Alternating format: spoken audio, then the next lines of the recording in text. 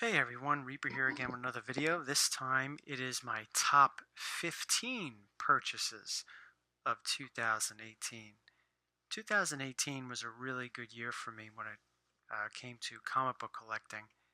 Got a lot of pretty good books. Very happy with what I was able to do. And I know it's a cliche. I've said it before, and probably others have said it before too. I was able to get things when it comes to this hobby that I never thought I'd be able to get. So enough of that. Let's start with number 15. Try to get you most of these books. I move the camera just a little closer. There we go. Tales from the Crypt number 33. The Origin of the Crypt Keeper. I've wanted this title for a long time. Just never got around to getting it, or at least never got around to getting the right copy. At the Heroes Con, which was one of the best cons, if not the best con I have ever attended, where I got to hang out with quite a few viewers and a couple of friends, Patrick Luther Manning included in that, I was able to get this book. So this is a book that not only has been important to me for many years because of what it is, it's also important to me because of where I got it and the company that I was with when I got it.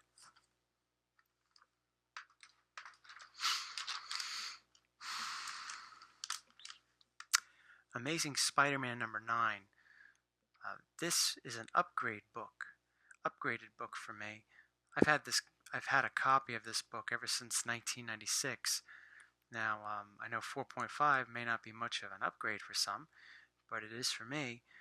At least, when it comes to the copy that I had for so many years. My copy had a rusted staple and rust migration that went through the entire book. That may not bother some people. The book was still readable. The cover and centerfold pages were all still attached, but it was something that I wanted to upgrade for a long time, and it was this year that I was finally able to do that.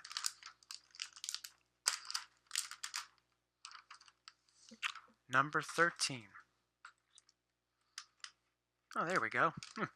Yeah, found a use for this.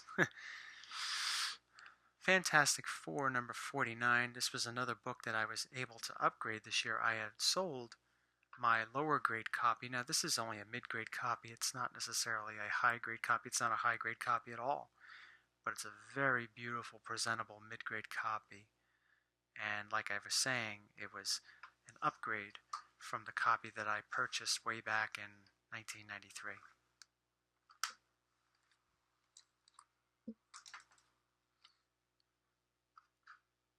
Amazing Spider-Man number 6. This is a book that I almost purchased. Well, not this particular copy, but this was a book that I almost purchased around the same time I purchased my original copy of this, Amazing 9, back in September of 1996. The deal fell through. I forget the details why it fell through, but I remember calling a store in Seattle, and he had this book, number 6, and I think he wanted 200 for it back then. And it was a low grade copy, so 200 back in 1996 for a low grade copy of The Lizard was, pretty expensive. But I wound up not getting it, and it was just one of those books I put off for so long. I was very happy to finally get it this year. It was actually part of that collection that I told you about in my Amazing Haul, where me and my local comic book dealer, shop owner, we went to this woman's house that sold an amazing Spider-Man collection that she and her husband collected for many years. And he gave me first dibs at it. Anyway, Silver Surfer number 1. How could you not like this cover? How could you not like the original series? Such a beautiful book, beautiful cover. And I said to myself last year, this is a book that I definitely wanted to get around to adding to my own collection. And in 2018 was the year I did it. So definitely wonderful book. Let's see, what number am I on now? This was number 1, 2, 3, 4, 5. This was number 10. What am I on, number 9 right now? I don't know. I'll correct myself along the way. That's why I hate doing these sort of top this, top that videos. I always lose count because I'm just not paying attention. Shock suspense stories, number 6. Low grade copy, for sure, but very happy to get it. I was lucky to get it at my local comic book shop, and infamous cover, the bondage cover and all that. And in this issue, obviously the cover story is awesome, but the first story in this is Dead Right, was the first episode of the second season of Tales from the Crypt on HBO with Demi Moore and Jeffrey Tambor. One of my favorite episodes of all time. And it was a treat to see that episode in this book.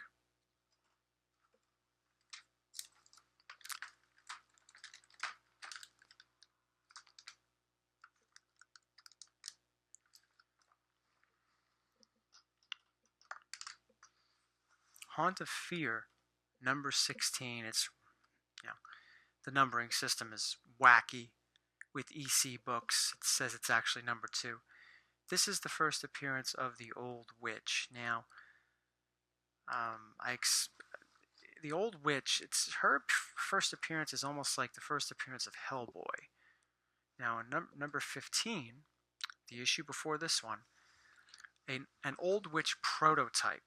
She's never called the Old Witch on the cover, and she does not appear in the book, but the Old Witch prototype appears on that cover, much like with Dime Press 4 with Hellboy, although he is called Hellboy on that cover, but he doesn't appear inside the book. The Old Witch does not appear as one of the hosts until the last story of this, where she identifies herself as the Old Witch. So I think number 15, because of that reason, that it's the prototype, it's never said who she is. I think it's more desirable than this one, but I still think that this one is considered the first appearance of the Old Witch, and it even says right here it's her first appearance. But anyway, I had purchased the Canadian version of this at the Heroes Con, like I was talking about earlier in the video, and an opportunity came up to where I could upgrade it and get the United States copy, which I jumped on, and I sold off my Canadian copy. So I was very happy to do that. The Old Witch, or at least this book in particular, out of all 3 Ghoul Lunatics, I think is the cheapest character to get the first appearance of, compared to the Vault Keeper and the Crypt Keeper. And also, I think she's more commonly found. Haunt of Fear 16 is an easier book to find than the other 2. So,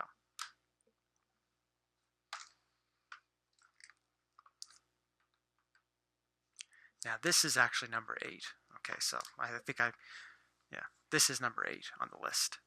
Amazing Spider-Man number 3. It's a 3.0, so it's a low-grade copy for sure, but definitely a higher grade than the issue I had for so many years that I purchased back in January 96. That cover was shot. It was all attached and complete. Actually it wasn't complete. It was missing the pinup in the book of Spider-Man, so it wasn't complete. So the book was really shot. I would have given that book maybe a generous 1. So a 3 was definitely an upgrade for me, and it's complete. I can't stand incomplete books. It's just one of my things. Some people may not mind so much. Some people may not mind that the Marvel stamp is missing. Some people may not mind that a pinup or an advertisement or a coupon is missing. Whatever, that's fine. To each his own, right? I have my pet peeves, and I've got quite a few of them. One of them, one of the big ones, is an incomplete book. I don't like qualifieds. To me, it's missing something, And just glad to upgrade this book. Dr. Octopus is one of my favorite Spider-Man villains.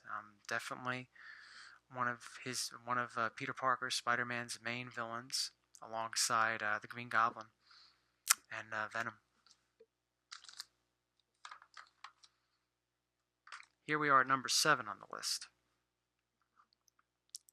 as a big EC fan, it was a delight to get Cryptid Terror 17.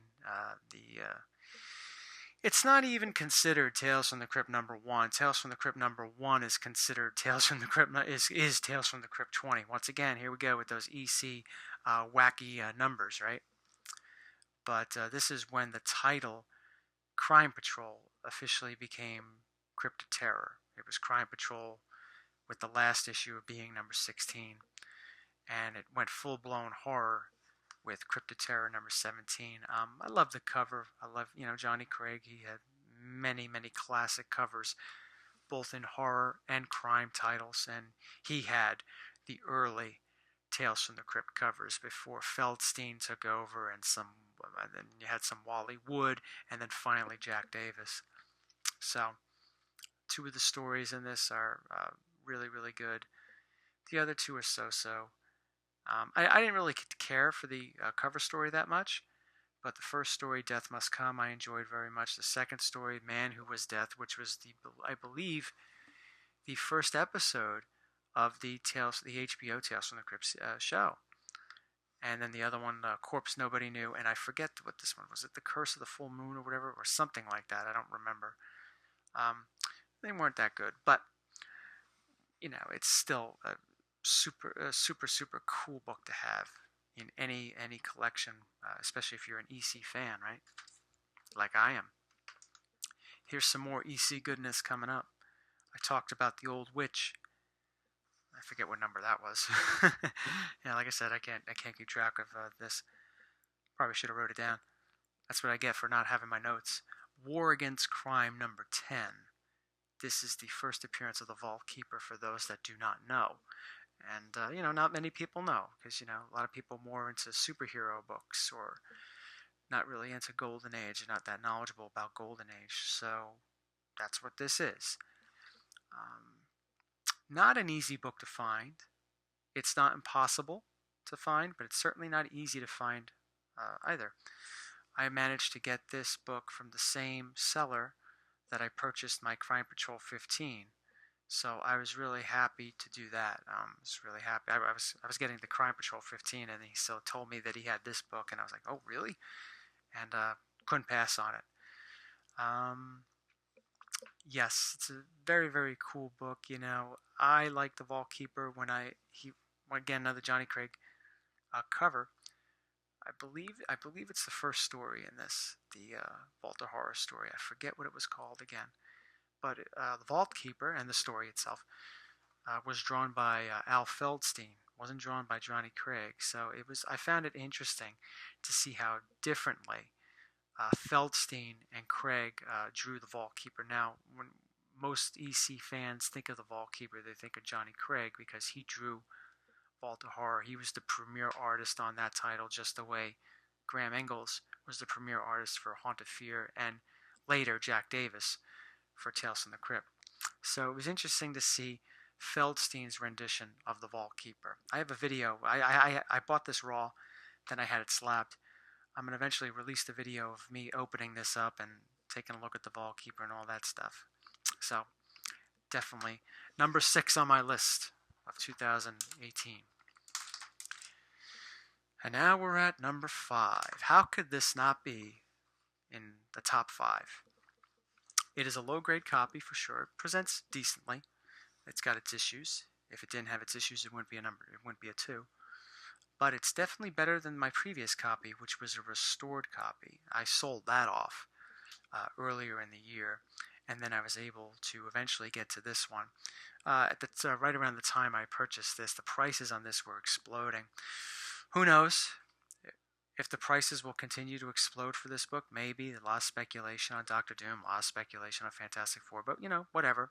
Still a very, very important title, nonetheless, in the Marvel Universe, the Fantastic Four number 5. Great Jack Kirby goodness, early Marvel Comics stuff.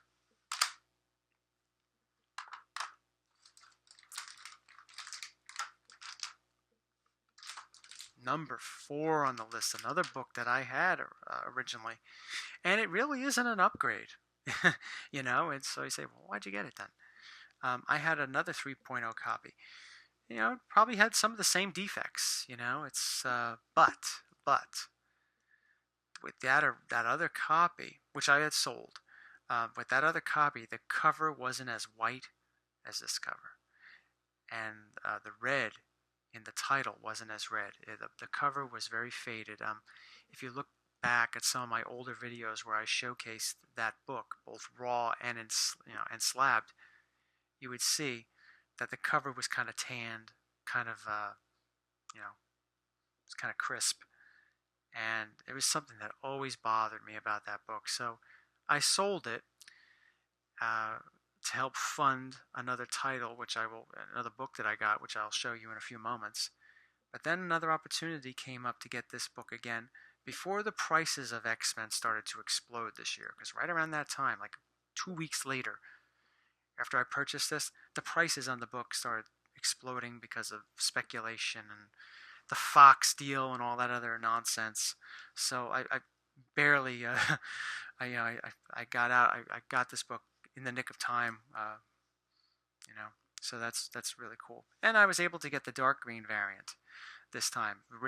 Previously, I had the light green, but very happy with it. I'm happy with this book. I like the fact that it's a much whiter background, much redder in the title, so it's pleasing for me.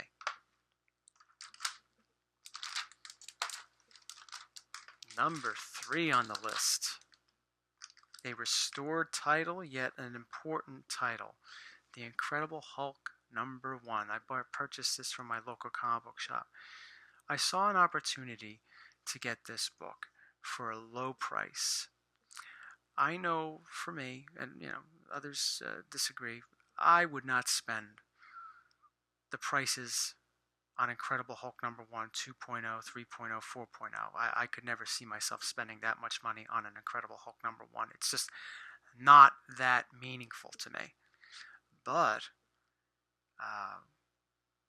at a fair price, I was able to get this one, and I'm quite happy with it. Very happy with it, as a matter of fact. Not a book that's, it's a rarer book. Of course, it's even rarer if it's a blue label.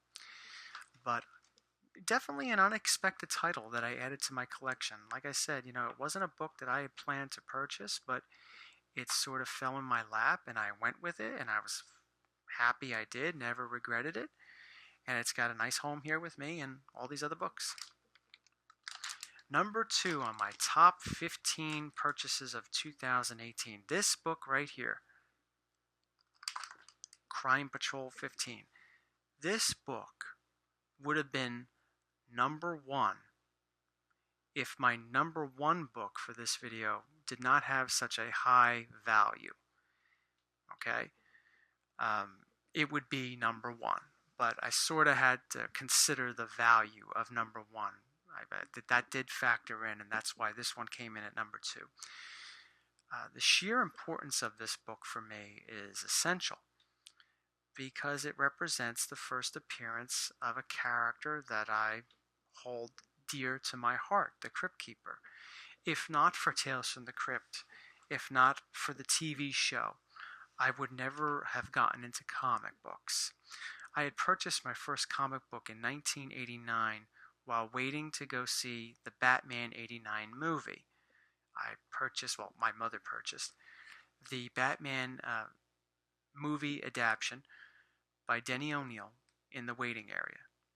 I purchased it, I liked it, and that was it. I forgot about it. Bought a couple of things down the line, that really didn't matter after that, like 1 or 2 more books, not even Batman related. It wasn't until the HBO TV show and the second season, when it started in June of 1990, that I started to look for these comics in reprints, and I started to find them. And that's how I started to get introduced to comic books and comic book collecting. And I would collect the EC reprints because I had no money to get the originals. And that's what started my journey into comic books. Okay? So the Crypt Keeper holds a very important part in that. Definitely inspired me to look into getting books. I wanted to read these titles. And this is where he made his debut, in Crime Patrol 15. So it's a very, very important book for me. Very important. I've mentioned important books before in other hauls and in other videos like Detective Comics 140 and Amazing Fantasy 15. Yes, they are also very important. But The Crypt Keeper, to me, is right up there with them. He can actually hang with Spider-Man and the Riddler. More so than any other book in my collection. More so than the Hulk.